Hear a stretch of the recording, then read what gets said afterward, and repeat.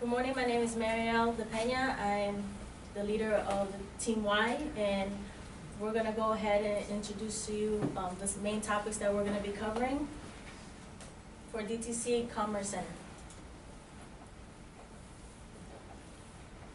The topics we will be collaboratively speaking on will be the location of the site, the business opportunity, which I will briefly cover, a market overview by Juan, and then the development plan by Irene, and the target tenants is what we really focused on here, and also with the financial analysis. So briefly, the location of the site, as you will know, is in the Airport West industrial space, and is directly north of the 836. It's a heartbeat away from the Miami airport and the Port of Miami. This is very important because of the infrastructure improvements that are going on right now.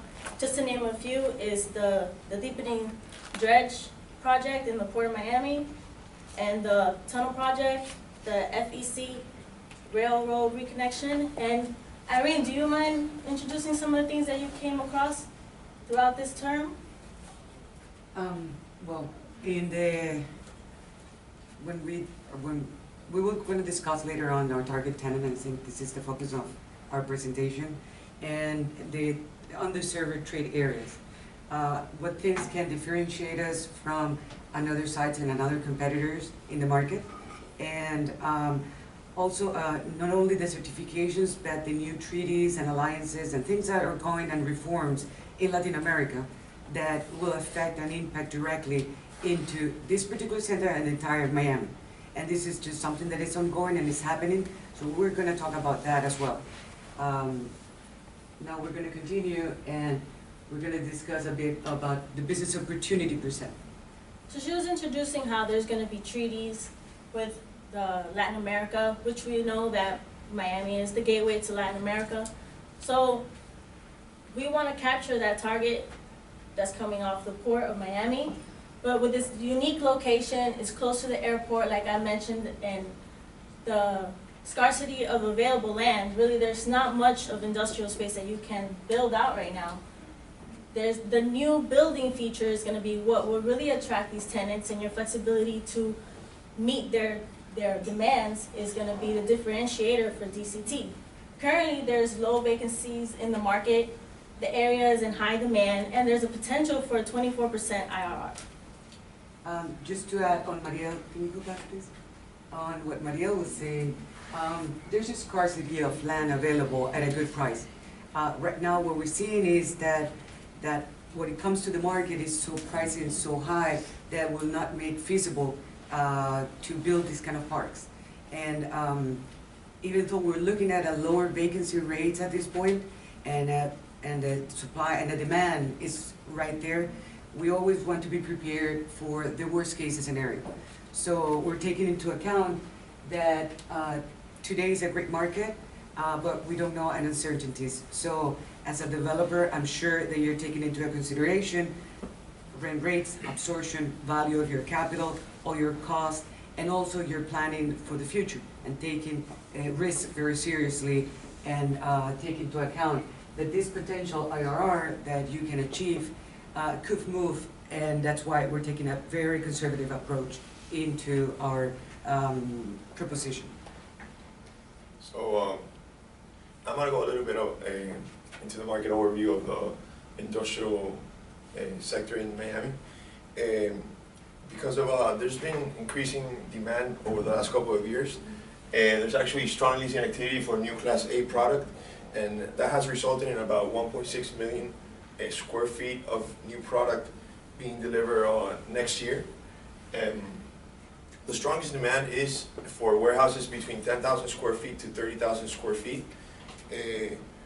Rental rates, because of this high demand, rental rates have actually seen an increase from 50 cents to $1 compared to the previous year. There's also a possibility of larger amounts of perishable goods coming in through the Port of Miami because of the expansion of the port. And this will create even more demand than we're seeing right now. And we also have to take into consideration that a lot of companies from Latin America, as Irene was mentioning, are moving into Miami because of either political turmoil or economic meltdown in their countries. When we go into supply, we see that Airport West and Medley are outperforming every other submarket in Miami. Airport West has the highest concentration with about 2 million square feet of inventory, and Airport West and Medley continue to lead the submarkets with about $6.7 million, 6.7 square feet of new development under construction or proposed. Out of the 6.7 million square feet, 1.4 are speculative. And just a fact, 71% of new inventory that was introduced 15 months ago is all leased up. So you can see there is quite a bit of demand for warehousing. When it comes to vacancy, 16 out of 17 of the last quarters have experienced positive absorption, driving vacancy rates to the low 6.7%, 50 basis points lower than the 10-year average. And as I said before, Airport West and Medley are the ones that are performing the best. So we grabbed a select couple of warehouses near to our site, and these two are the ones that we focused on our presentation as direct competition. First, I'm going to talk about, they're both, by the way, they're both owned by Flagler. First, I'm going to give some of the features that South Florida Logistics Center holds, and it's a Class A warehousing. It's Class A warehouse. Spaces are available from 12,000 square feet to 275,000 square feet. They have 54-foot column spacing, 60-foot speed loading bays, 30-foot warehouse ceiling, ESFR sprinkler systems, and on-site property management. A Flagler station, on the other hand, is also Class A, but it has office, warehouse, and prime retail. It has turnpike frontage, large floor plates, high parking ratios, 30-foot ceiling heights also, and contains flex space, front load warehousing space, and cross-dock facilities. Well, on the development side, I'm sorry, on the development side, we are proposing to build 1 and 2, which is our smaller buildings on spec. And what we have looked into it is that the market right now, even though there's some transactions done over 100,000 square foot, they're not very common. You've seen probably 2 or 3 every year, no more than that. So the market is what is demanding is for anywhere between, as just Juan just said, anywhere between 10 and 30,000 square foot. We feel comfortable by dividing these 2 spaces in 30 to 34,000 square foot bays. And the reason why we're not going lower than that is that we're trying to make the park institutional graded investment. And by doing so, we're going to compress and we can reduce our cap rate. And at the end of the day, as a developer, what you care is about your net numbers. That's what is most important. And if you're planning to hold it for a long period of time, or you decided to sell it when it's stabilized. So we're looking at 1 and 2, we're doing 130, but we're dividing in 4 tenants. We're planning to build on spec those. And we think that by going up to 30 high, clear ceiling, that will capture the demand. As you know, most of the current spaces available are 10 years old and are 24, 26 clear high, and that's very important. We don't see the market for 36, even though Amazon, that KTR recently signed, was 36. That was a big bet from KTR.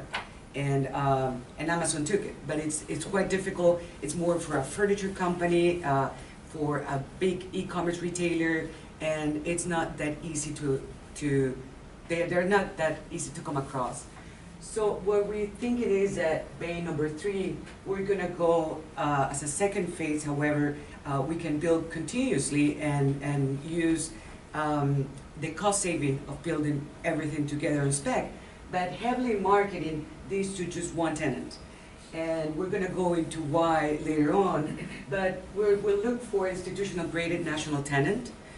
We think that there's a lot of international companies that are going to come into the market, and we're going to discuss that when we talk about the target market.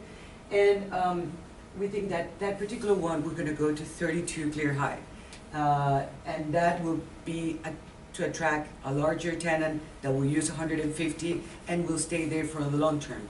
So we're in here in our plan where we'll capture the potential necessity of a tenant to grow into the space by doing 30, but we're flexible enough to accommodate a smaller tenant. Also in our plan, and you will see on the specs, we're leaving certain things to the demand. They're driving to the demand that you can add later on when you develop, like another ramps or doors. There's certain features that you can add on later, and you start with the basic. So this is basically what is the development plan will look like, and the strategy behind it is that we want an institutional graded park that is any institutional investors can look into it, and we want to reduce cap rate. And actually the latest transactions that we saw in the market, they're anywhere between 5.5 to 6% cap rate, and those caps are very low right now, so you have to be very cautious of those cap rates at this point because they're extremely low. So that's the reason why we want to make it institutional grade. Okay, we broke up our targets in two different subgroups, natural targets and our potential targets. Our tenants are going to be e-commerce, as mentioned, because the market's expanding so much, especially companies such as Amazon, who are constantly having to upgrade and have better warehouse sufficient systems. Logistics and distribution companies. Also, a new study has shown third market logistic parties are also looking for new warehousing. Multi-platform retailers such as Best Buy or Walmart, who need more room, more expansion. Our potential targets are, as Irene said, a lot of the international companies coming in and out of the Port of Miami. And the reason for that is our site is able to apply to Miami Free Zone within foreign free trade and Miami free trade. And the reason for that, we believe that particular identity of this site will make our site different from any other site because of the benefits outweighed any other warehouse providing out there, such as free federal taxes, which is a huge break for these companies who are constantly importing and exporting because they're getting hit all the time with these fees. And especially this particular benefit will directly toward our larger tenants. And as Irene mentioned before, we have 3 buildings mixed with smaller and larger tenants, and we believe that the Miami Free Zone trade application and be able to apply to that subzone will attract these larger tenants. Let me, before we go into the features, Last. I'm gonna add a little bit why the benefit on the free trade zone. Recently, over the past couple of years, Latin America has undergone through a tremendous change, and that's called the Pacific Alliance. The Pacific Alliance is an alliance of Chile, Peru, Colombia, and Mexico. And that makes this new alliance the 8th largest economy in the world. The Pacific comes alongside with something called MILA. The MILA is the integration of the Latin American markets, and it makes Latin American markets more applicable to investments from large institutions and large buyers, and it's a safer way and a more equal way to invest. The Pacific Alliance is a trade benefit, it's a trade alliance. That what it will impact is in the trading between Asia, and that's what they're looking for, Asia and Latin America. This new alliance is so important for the entire region that now even Brazil wants to come along, Panama wants to come along into this alliance. Asia, and specifically China, is now investing heavily in Latin America, and also is trading, because of this particular treaty, is trading into companies and looking to expand all the new trade between, yes. Another thing that is very, very important is the Mexican energy reform. The Mexican energy reform is not only going to have an impact on Mexico per se, but in the trade between the United States, Latin America, China, and Mexico. The best port of entry is Miami. And that will definitely have extremely strong, significant impact on our port and our facilities. That's why a logistic company, that's why a distribution company that is within this zone may attract companies that you were not looking for before, as a Chinese company or companies related to the oil industry, energy sector, mining, distribution, and railroads, anything that goes towards the reform in Mexico. Please remember that we are in their backyard. So that is critical and crucial importance for the Port of Miami. Not only those benefits that she provided through the foreign and free trade, our facility also will accommodate all these international companies, large and smaller tenants. We have loading doors, our glass doors that are optional based on the client's recommendation we could put in later. Our buildings will be about 20% offices because, like you said before, we're going to have mixed, small tenants and larger tenants. The buildings, like Irene mentioned before, our ideal is 32 sky. So buildings 1 and 2 will be 30 feet. Our larger building will be 32 clear skies.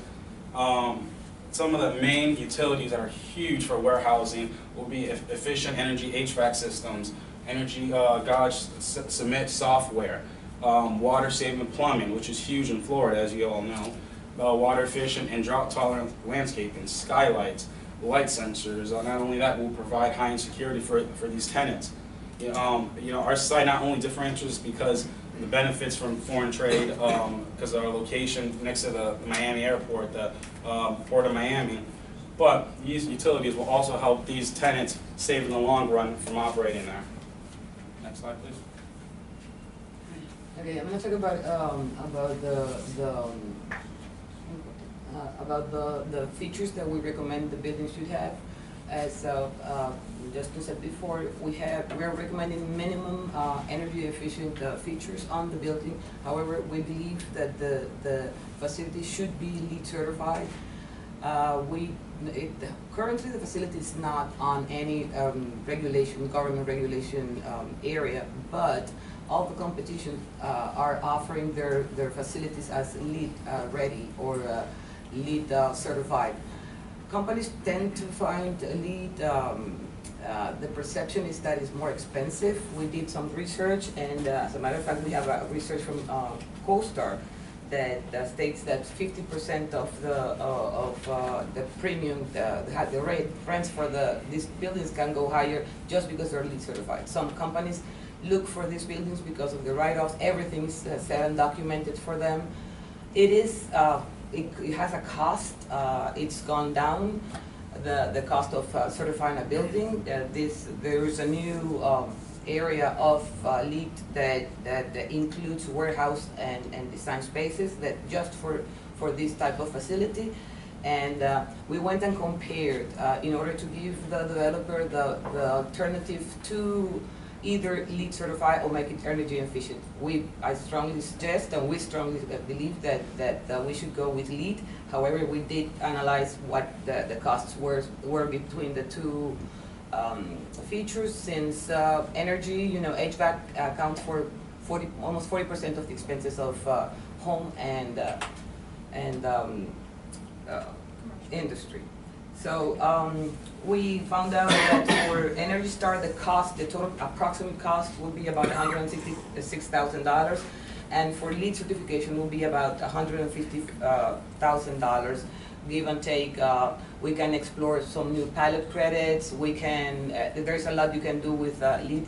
We can even add some features, and we talked about that a little bit on the document about the possibility of using photovoltaic because of the large roof capacity. We have over 400 square feet, 1,000 square feet of roof, and nowadays the regulations and the benefits of that will have to be revised. If you can, what kind of rebates you're going to get from FPL, how much you can sell to the grid, and what actually is going to transfer to the tenant.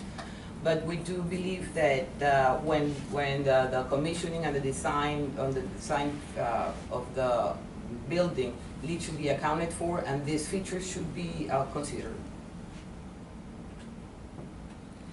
Well, we're going to talk about the financial side.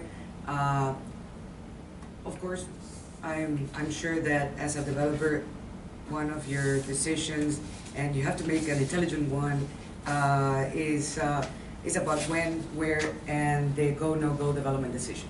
And taking into account that, what we see in the market on the financial side is that properties between anywhere from 10 to 30,000, 35,000 square feet, they are demanding rent around 9.5 on a gross side.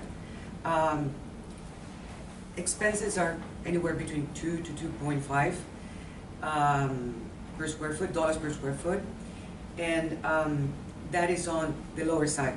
On the over 100,000 square feet, we're seeing rents on the $8 per square foot gross, still about $2 in expenses, and I'm sure that you care about your capital cost, because when we look at the market and what the market is doing, more or less you have a $30 per square foot, the market land cost. $5 will be soft construction impact fees, permits, including Gs. $34 shell costs, including the general contractor fees. $10 site work. $3 development fees. $4 per square foot investment rates and finance fees. $5 tenant allowance.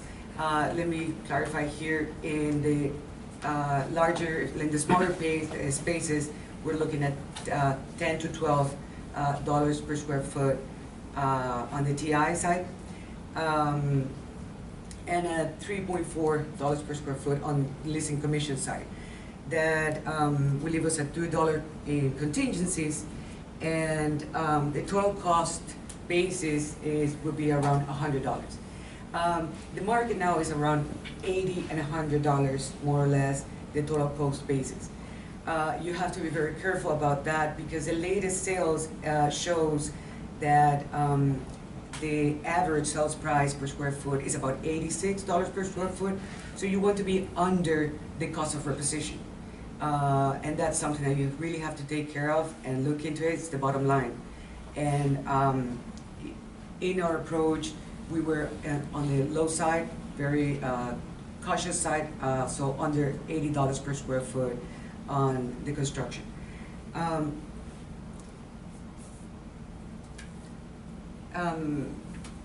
This will leave us, of course, to more or less 6.5 return on cost. We're thinking about 6% exit cap rate.